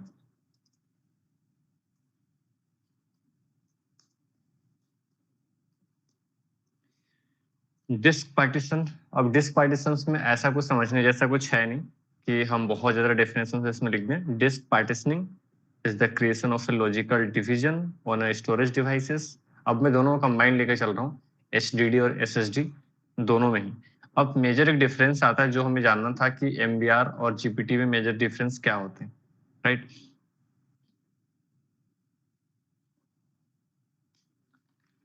डिस्क पार्टीशन में ना एक डिटेलिंग है, उसको आप एक बार देख लेना। ये डिटेलिंग फिलहाल दो कैटेगरीज में यहाँ पे डिवाइड कर रहा हूँ और बहुत शॉर्ट नोट्स में बताने की कोशिश कर रहा हूँ। ये सब उतना काम का भी नहीं है और इतना ज़्यादा घुसेंगे तो फिर पूरी हिस्ट्री लिखनी पड़ जाएंगी। So we have two categories on disk partition. One is called primary partition and second one is called extended partition. ये एक्सटी करके आपको दिखता होगा, एक्सटेंडेड पार्टीशन। स्पेलिंग इग्नोर मारना, ठीक है? अब ये दोनों होते क्या है समझा दे रहा हूँ, मैं लिख नहीं रहा हूँ अगेन फिर भी, ठीक है? So primary partition, it is a drive that holds the information regarding the OS, system area and other informations required for booting. So basically those informations are stored in a primary partition. In a earlier version or like in an older version of Windows system, we can say the first partition, that is actually drive C, must be the primary partition where the OS are actually installed. Okay, operating system हमारा जहाँ भी install रहता है C drive में हम generally देखते हैं। तो वाइल पार्टिशनिंग और लाइक वाइल री इंस्टॉलिंग द विंडो, जब हम री इंस्टॉल करने की कोशिश करते हैं तो वहाँ पे लिखा आता है ऐसे कुछ कि ये प्राइमरी ड्राइव है और प्राइमरी पार्टीशन है और ये एक्सटेंडेड EXT पार्टीशन है, राइट? तो प्राइमरी पार्टीशन में कई बार हम बहुत ज्यादा चेंजेस भी नहीं कर पाते हैं, तो उसमें वैसे सारे सेंसिटिव इन्फॉर्मेशन जनरली होते हैं जो कि आपके OS से रिलेटेड, सिस्टम से रिलेटेड या फिर बूटिंग से रिलेटेड जो इन्फॉर्मेशन होती हैं वो आपके प्राइमरी पार्टीशन पे स्टोर्ड होते हैं। Okay, and extended partition is that what, ये आपका लॉजिकल ड्राइव होता है that holds the information regarding the stored data file in a disk. जो भी फाइल होते हैं आपके स्टोर्ड वो नॉर्मली लॉजिकल ड्राइव पे होते हैं, that is called the extended partition. Okay,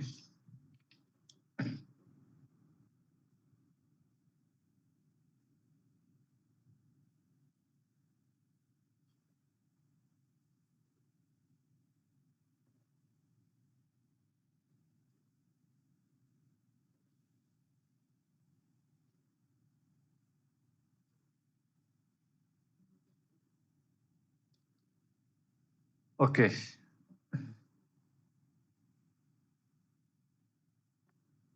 we have some points regarding the GPT and MBR. GPT and MBR, इसको समझने के लिए ना हमें UEFI को समझना पड़ेगा। तो UEFI हमने देख रखा है, वो अनफिल्ड एक्सटेंसिबल फर्मवेयर इंटरफेस, इसके full forms and all I will share. वो जो PDF आपको शेयर होंगे उसमें आपको सब कुछ दिख जाएगा, जितनी भी चीजें मैं बात कर रहा हूँ एटलीस्ट अभी जितनी चीजें बातचीत कर रहे हैं उससे डिटेल में मिलेगा, तो डिटेल अपनी खुद की तैयारी करनी है। Okay, okay, give me 1 minute guys, I am getting a call.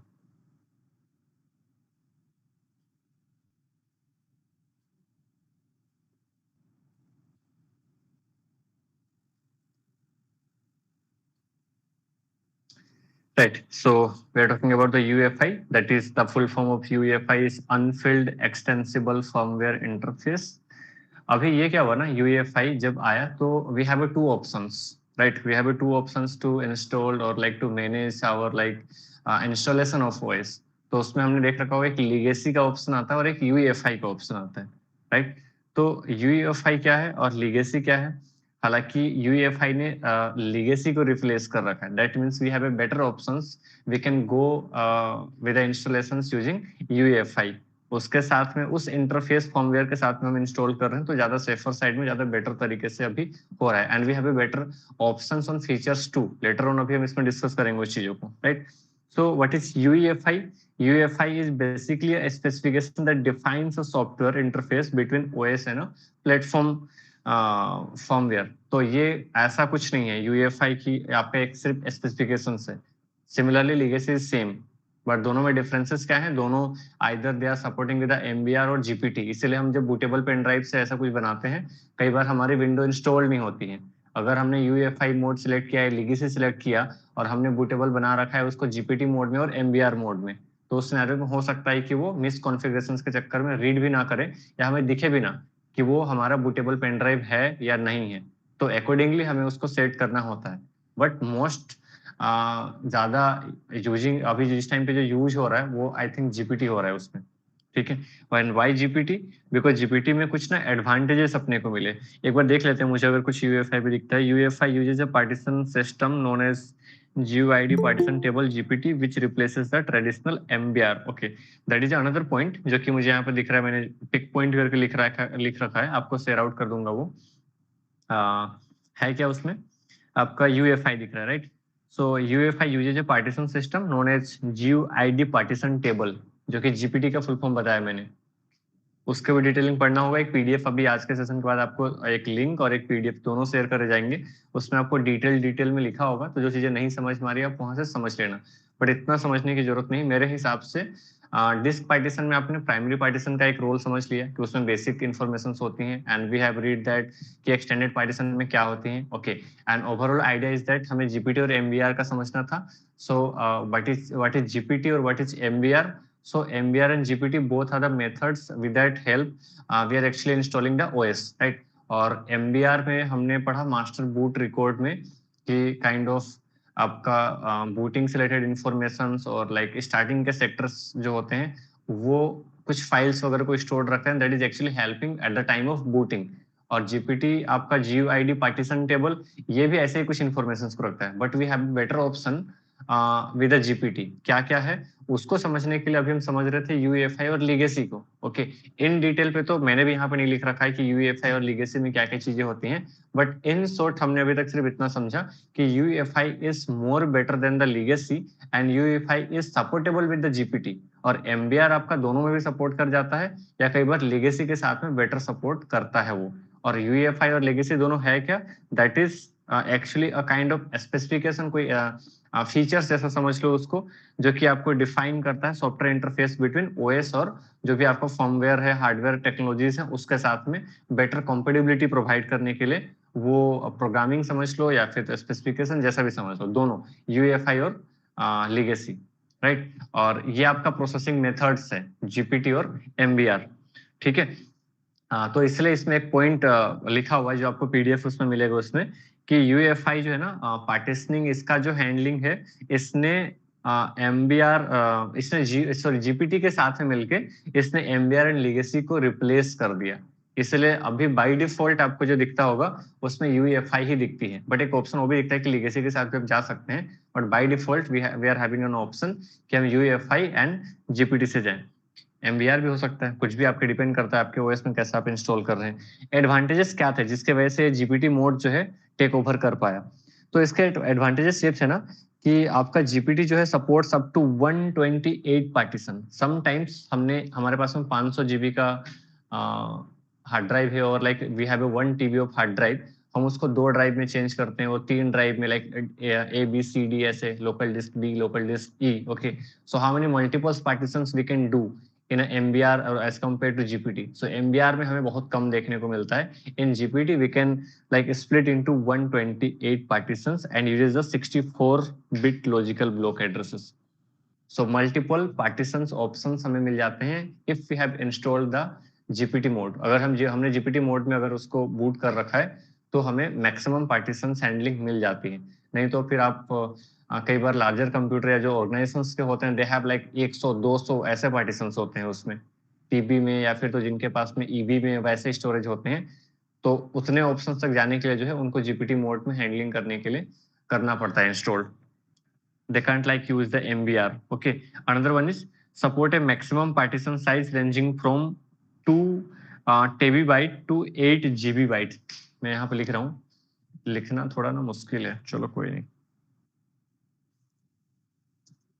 2 TIB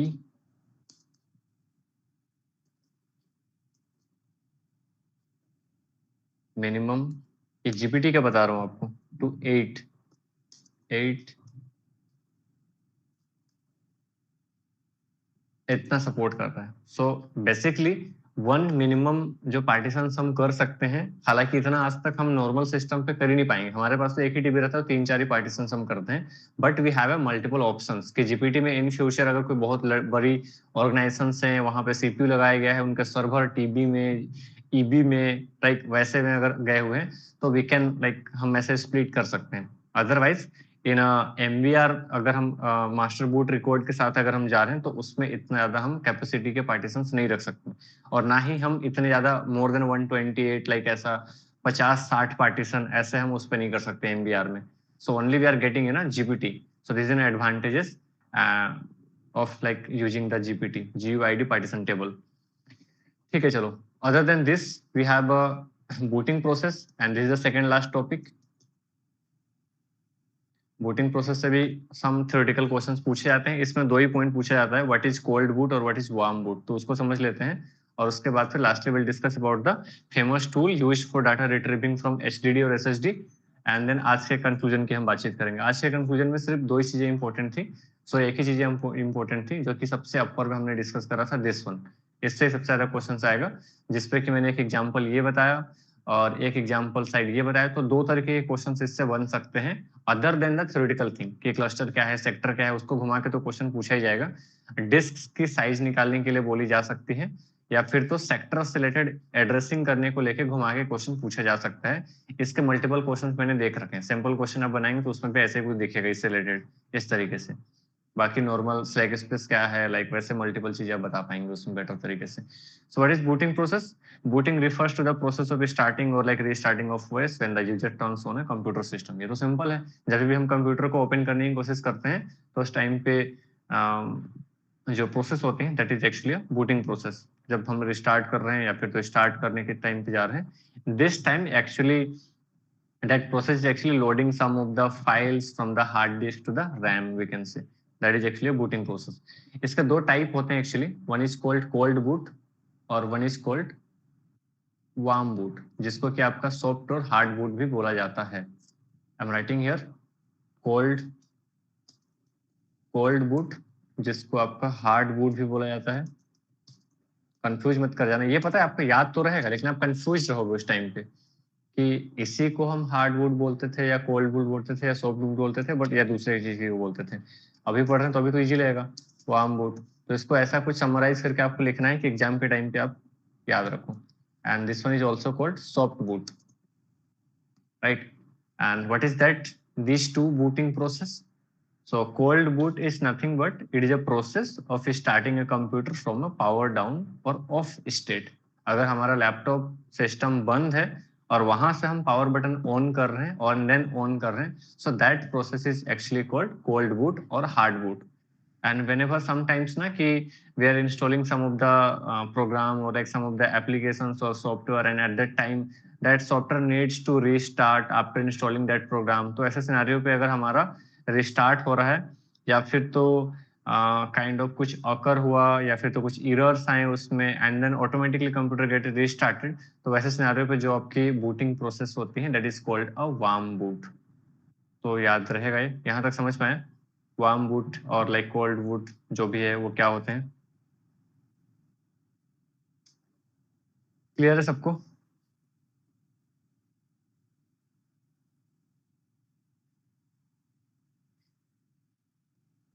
ठीक है।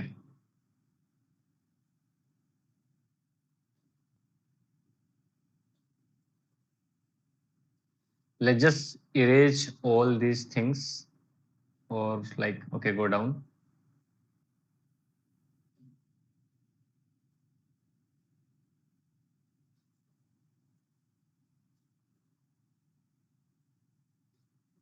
Okay, here I'm writing famous tools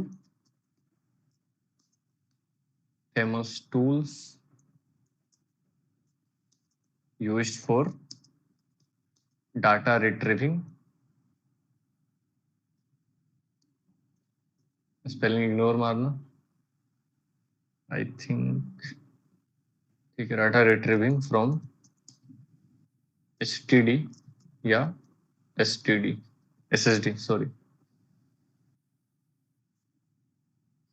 right. सो हमारी कल की क्लासेस के बाद हम इस पे ही काम करने वाले हैं, famous tools used for data retrieving और from HDD। So for that I have already like given a task कि आपको DEFT-OS इंस्टॉल कर लेना है। उस पे जो भी टूल्स अवेलेबल होंगे, या तो फिर वैसे भी ये काम तो आना ही है अगर सेपरेटली भी अगर हमें इंस्टॉल करना पड़ा तो, right. Let's just discuss one by one जिसके मुझे क्वेश्चंस दिखे जनरली CHFI के एग्जाम में जिन टूल्स के बेसिस पे. That one tool is drive spy.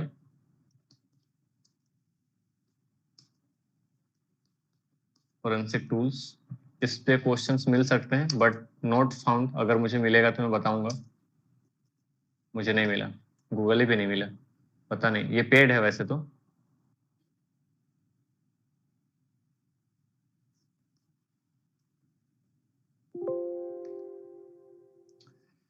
Another one is called autopsy. Autopsy, right?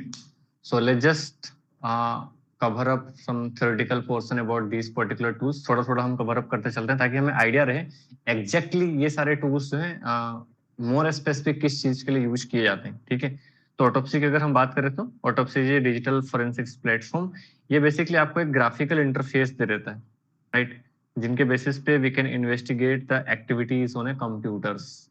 अभी और भी टूल्स के हम नाम लिखेंगे, उनका स्पेसिफिकली क्या काम होता है हमें बेटर क्लियरली होनी चाहिए. कई बार ना एक क्वेश्चन इस पे भी आया था ऐसा कुछ कि सम सिनेरियोस आर देयर और उसके बेसिस पे आपको 4 ऑप्शन दिए गए थे, which tool is more preferable, और चारों सेम काम के लिए दिए गए थे.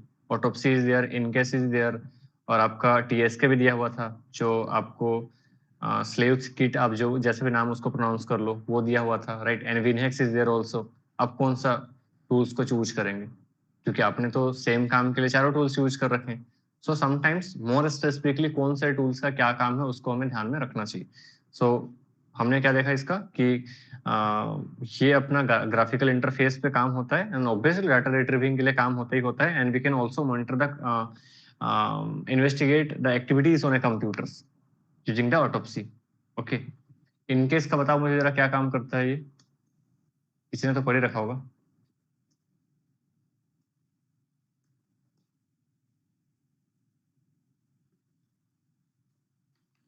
इनकेस क्या करता है, इनकेस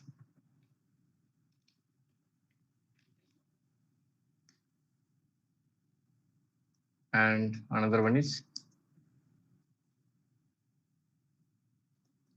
इसको क्या प्रोनाउंस करते हैं यार, पता नहीं, जो भी प्रोनाउंस करो. As an short form we can say TSK. This one is another tools and another one is called WinHex. I'm not talking about the FTK image and all. That is a different part. वो आपका cloning and imaging में help करता है, ये आपके data retrieving में help करते हैं. उसके लिए मैंने कुछ टूल्स लिख रखे. So mainly 3 to 5 to 6 tools are there जिनके बेसिस पे मोस्ट ऑफ द क्वेश्चंस आपके पूछे जाते हैं CHFI एग्जाम में. तो इन टूल्स के बारे में हमें पता होना चाहिए, जिनमें से सिर्फ एक ही नहीं मिला मुझे, बाकी चारों को तो हम करने की कोशिश करेंगे.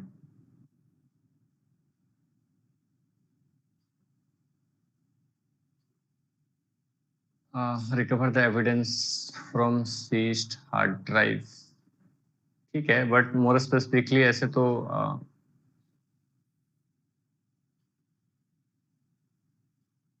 एविडेंसेस मतलब काइंड ऑफ डाटा ही ना. ठीक है, और थोड़ा और मोर क्लियर आंसर.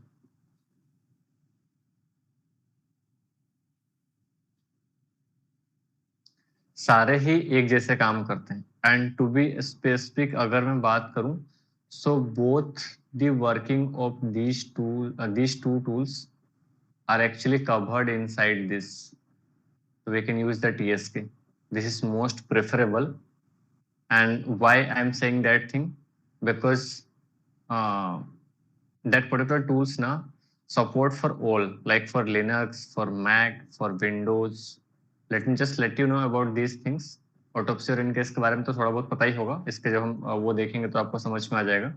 सो मैं विनहेक्स और इसके बारे में थोड़ा सा बातचीत कर लेते हैं. ड्राइव स्पाई फोरेंसिक्स टूल्स जो है, this is actually working based on the sector by sector on unallocated जो हमारे फाइल्स होते हैं. तो स्लैक स्पेस को पिंग करके और लाइक फर्स्ट सेक्टर्स को पिंग करके वहां से फिर डाटा रिट्रीविंग करने की कोशिश करता है आपका जो ड्राइव स्पाई है वो. विनहेक्स के फायदा ये है कि विनहेक्स आपका जो है वो लो लेवल डाटा प्रोसेसिंग को ज्यादा बेहतर काम करता है. लो level data processing that means कि समटाइम्स आपने वो देख रखे होंगे कि हाई लेवल लैंग्वेज और लो लेवल लैंग्वेज तो आपको पता होगा. मुझे कोई बताओ जरा लो लेवल लैंग्वेज क्या होते हैं फॉर एग्जाम्पल. सी। किसने बोला सी?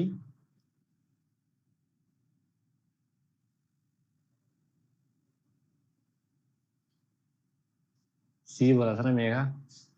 बहुत मार खाओगे, शुक्र बनाओ सामने नहीं हो। C language high level language में आता है। एग्जैक्टली बात, right answer. Low level language kernel के साथ डील करते हैं मशीन्स लेवल पे, राइट। और भी किसी ने सही बता रखा है, मेघराज ने। Assembly, assembly is example of low level language. So that's the reasons कि विनहेक्स के आप जब देखेंगे ना, तो उसमें ज्यादा आपको पता नहीं चलेगा। वो हम देखेंगे उसका प्रैक्टिकल साइड भी, प्रैक्टिकल देखना है उस पे। तो वो आपका कुछ 000011 ऐसे कुछ फॉर्मेट्स में आपको दिखेंगे, लाइक कि आपको कुछ ज्यादा कुछ समझ में ना आए। और उसके बेसिस पे या तो अगर आपको कोई डाटा भी दिख रहा है तो टुकड़ा टुकड़ा में, समझ ए बी सी समथिंग टुकड़ा वैसे कुछ करके। सी लो लेवल लैंग्वेज में है? बचा रहे हो मेघा को? एक मिनट रुको। I don't think so C low level language है। कहाँ गूगल सर्च करा? सर वो तो बहुत आता है ना। क्या? High level and low language आते हैं। गूगल में वही दिखा रहा है क्या? हाँ सर। पक्का गूगल किया होगा। नहीं, बट आई डोंट थिंक सो। अगर ऐसा कुछ आया सी प्रोग्रामिंग लैंग्वेज पे, तो मेरे हिसाब से तो हाई लेवल लैंग्वेज ही मारना उसमें, क्योंकि वो आपका मशीन लेवल पे डायरेक्टली नहीं काम करता वो। ठीक है, वी नो ना कि लो लेवल लैंग्वेज आपका जो है मशीन्स जिनको थोड़ा बेटर समझ सके, एंड सी प्रोग्रामिंग को डायरेक्टली बिना प्रोसेसिंग किए हुए मशीन और सीपीयूज नहीं समझ सकता उसको। असेंबली तक फिर भी ठीक है कि उस पर ज्यादा कन्वर्जन करने की जरूरत नहीं पड़ती। एक्चुअली तो वो 1010 की भाषा ही समझता है वो।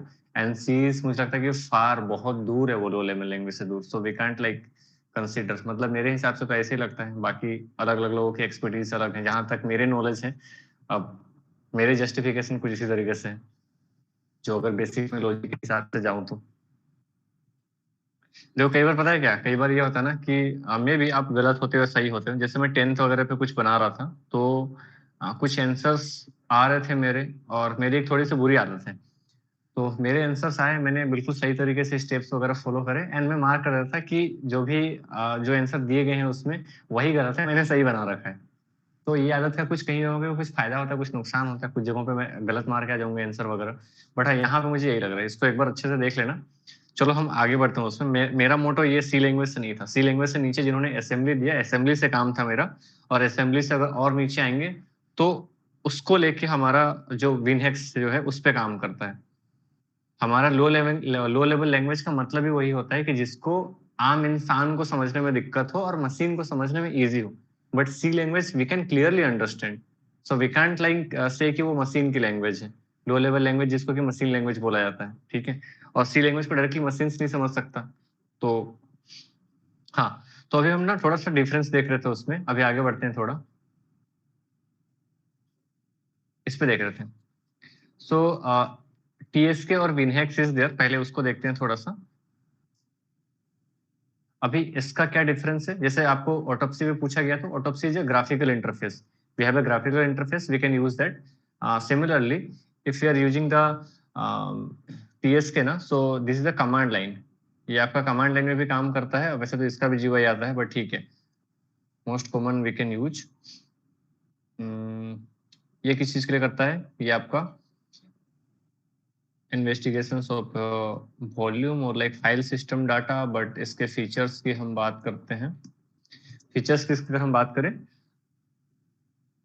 तो it's allow us to examine the file system of a suspect computer in a, ये एक अच्छा इंपॉर्टेंट पॉइंट था, intrusion non intrusion fashion. Non intrusion fashion. इस पे देखो हम प्रैक्टिकल कर लेंगे, लेकिन सारे टूल्स पे ना डिफरेंस पता होनी चाहिए हमें कि कौन सा टूल्स मोर स्पेसिफिकली किस चीज के लिए यूज किया जाता है। तो विनहेक्स तो पूरा ही साइड चला गया, और ड्राइव स्पाई ना वो सेक्टर और क्लस्टर बेस्ड पे काम करता है। वो सेक्टर बाय सेक्टर और अनलोकेटेड जो क्लस्टर्स पे जो फाइल्स अवेलेबल हैं उनके बेसिस पे काम करता है। तो वो भी बहुत अलग साइड में चला गया, और जिसके बारे में मुझे बहुत ज्यादा कुछ मिला भी नहीं। लेकिन हाँ, उसको भी देख लेना आप। Autopsy in case is a most common thing, जिसमें कि हम एक्टिविटीज को इन्वेस्टिगेट करने के लिए या डाटा रिट्रीविंग करने के लिए हम यूज कर सकते हैं। एंड ग्राफिकल इंटरफेस भी मिल जाते हैं हमारे पास में। तो वो तो है ही है, अगर उससे कुछ क्वेश्चन पूछेगा तो विल डेफिनेटली वहां से आंसर हम बता देंगे, जिसमें हम प्रैक्टिकल्स भी देखेंगे। बाकी के 2 टूल्स इसमें से इन दोनों को थोड़ा देख लेते हैं ताकि वी कैन डिफरेंशिएट कि इन दोनों में डिफरेंशिएट क्या है। नॉन इंट्रूजन फैशन जो मैंने एक पॉइंट लिख रखा जो टीएसके के लिए, तो इसका मतलब ये है कि कई बार आपका करप्टेड ड्राइव्स आपको मिल रहे हैं या फिर तो करप्टेड फाइल सिस्टम्स में, वहां पे आपको इन्वेस्टिगेशंस कुछ करना है, तो in that particular thing that is actually helping, वहां पे अच्छा हेल्प करता है। ऑल्सो इट सपोर्ट्स कि आपका डोस पार्टीशन पे भी सपोर्ट करता है, राइट, ये भी मुझे सही लगा इसका। एंड आपका मैक पे भी करता है ये, राइट, एंड प्लस आपका जीपीटी पे भी करता ही है इस पे, राइट, इस पे भी करता है। इसके अलावा अगर हम इसके अच्छा, इस पे इन केस ऑलरेडी इंक्लूडेड है, राइट, तो जो चीज आप इन केस के थ्रू करते हैं इसके साथ भी कर सकते हैं। EnCase is already included, okay. And then what are the other features? इसका अदर फीचर्स में अगर हम बात करें तो ये जो भी डाटा है ना, उसके रो डाटा को in either in a format of .dd, आपने देख रखा होगा, कभी कोई यूज किया होगा तो, जो हमने इमेजिंग बनाई थी एफटीके इमेजर से, वहां पे आया था। एंड अगर फाइल सिस्टम की बात करें कौन कौन से फाइल फॉर्मेट्स को सपोर्ट करता है for retrieving, so NTFS it is supporting, okay, FAT को भी सपोर्ट करता है, XFAT को भी सपोर्ट कर रहा है। तो देख रहे हो कितनी ज्यादा फ्लेक्सिबिलिटी इसमें ज्यादा मिल रही है, कितने सारे फाइल सिस्टम को यूज करने वाले हार्ड ड्राइव्स को या फिर तो मेमोरीज को भी हम डाटा रिट्रीविंग या फिर तो इन्वेस्टिगेशंस में हेल्प ले सकते हैं। UFS यूज कर रहा है, UFS 2 यूज कर रहा है ये, फिर ext2 ext3 जो कि लिनक्स में यूज होता है, वहां पे भी ये काम कर रहा है। अच्छा, तो लिनक्स के भी हार्ड ड्राइव्स पे आपको अगर अप्लाई करना है इन टूल्स को कई बार, तो इसको आप वहां पे भी अप्लाई कर सकते हैं for data retrieving. And HFS को भी ले लिया, दैट मीन्स कि मैक पे भी काम कर रहा है, और like ISO 9660 and then some other formats are there. ये फॉर्मेट्स मुझे नहीं पता ये क्या है, YAFFS2, तो इतने सारे फीचर्स इसमें मिल जाते हैं, that is actually using the TSK। इसको आप डाउनलोड करके भी रखना, ठीक है।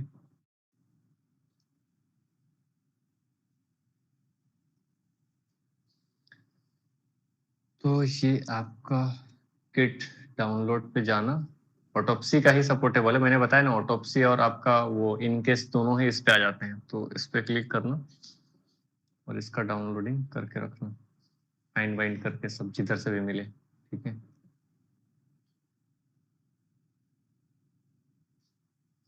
Open source command line tools है वो, राइट, तो देख लेना इसको, इस पे तो काम करना ही है।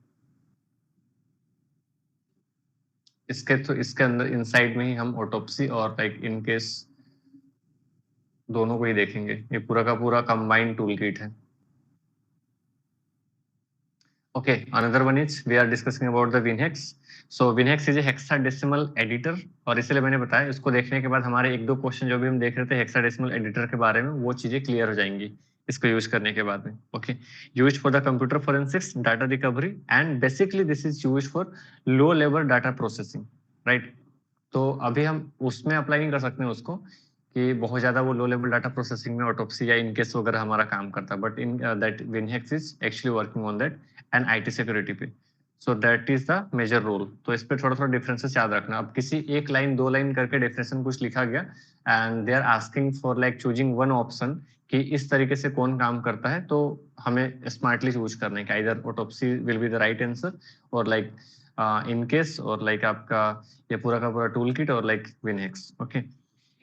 WinHex is mainly used to inspect and edit all types of file and recover the deleted file or lost data from the hard drive with corrupt file system or from the memory card of a digital camera। तो corrupted वाले में भी support करता है WinHex। अब आगे तो हम प्रैक्टिकल देखेंगे तो ही हमें पता चलेगा कि रियल लाइफ में कौन सा कितना काम का है और एग्जाम के लिए कितना क्वेश्चन उससे पूछा जाता है। So later on, next task में just install this DFT और after installation of DFT, we'll try to cover up one by one जो भी tools हमने यहाँ पे देख रखे हैं। So after covering all these tools, हमारा जो है almost 30-40 क्वेश्चन की प्रिपरेशन हो जाएंगी। इतना नहीं भी हुआ तो एटलीस्ट 25 क्वेश्चन की प्रैक्टिसिंग तो हो ही जाएंगी, इसके बाद फिर हमारा नेटवर्क फोरेंसिक्स और लाइक वेब फोरेंसिक्स, वो 2-4 मॉड्यूल्स को कवर अप कर लेंगे तो 50-60 क्वेश्चंस के राउंड हमारा कवर अप हो जाएगा उसमें। तो कल क्वेश्चन प्रैक्टिस होनी है।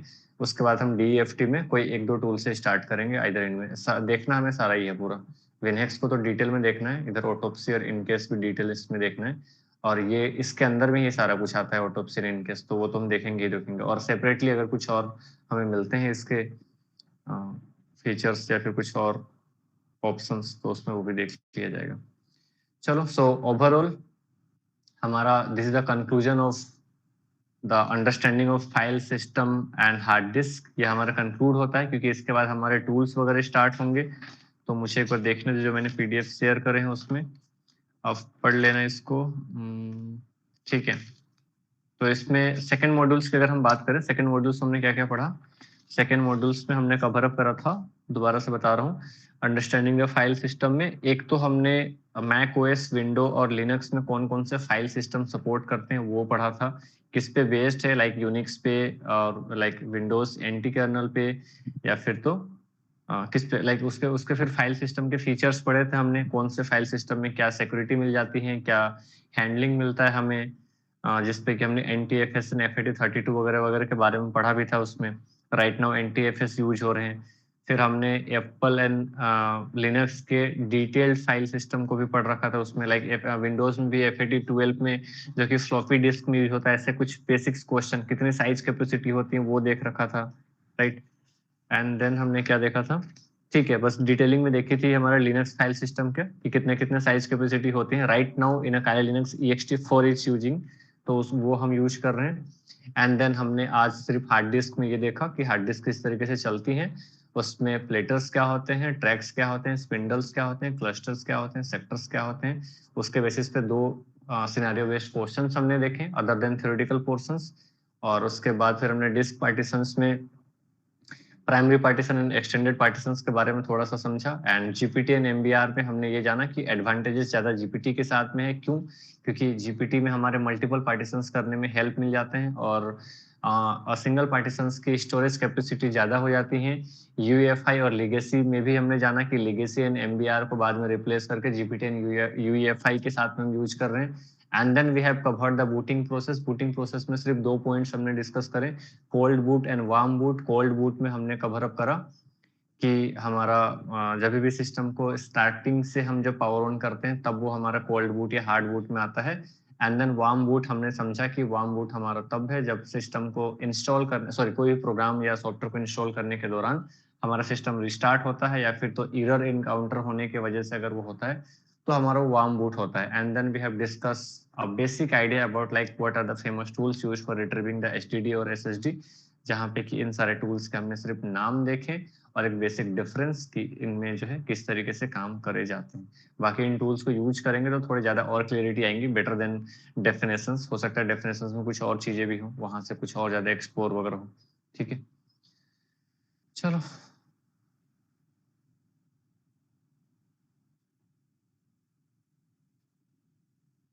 कल की टाइमिंग डिफरेंट हो सकती है, तो जैसा भी होगा आपको इन्फॉर्म कर दिया जाएगा। और अभी तक के जितने सेशंस हो रखे, कल तक अप टू 5th और 6th यूट्यूब पे जाएंगे। कल के भी सेशंस यूट्यूब पे जाएंगे और उसके अगले सेशन तक के भी यूट्यूब पे जाएंगे। उसके बाद के सेपरेटली आपको बता दिया जाएगा, हो सकता है ऐप में दे दिया जाए, जहां पे भी। ठीक है, चलो, bye bye guys, will meet again.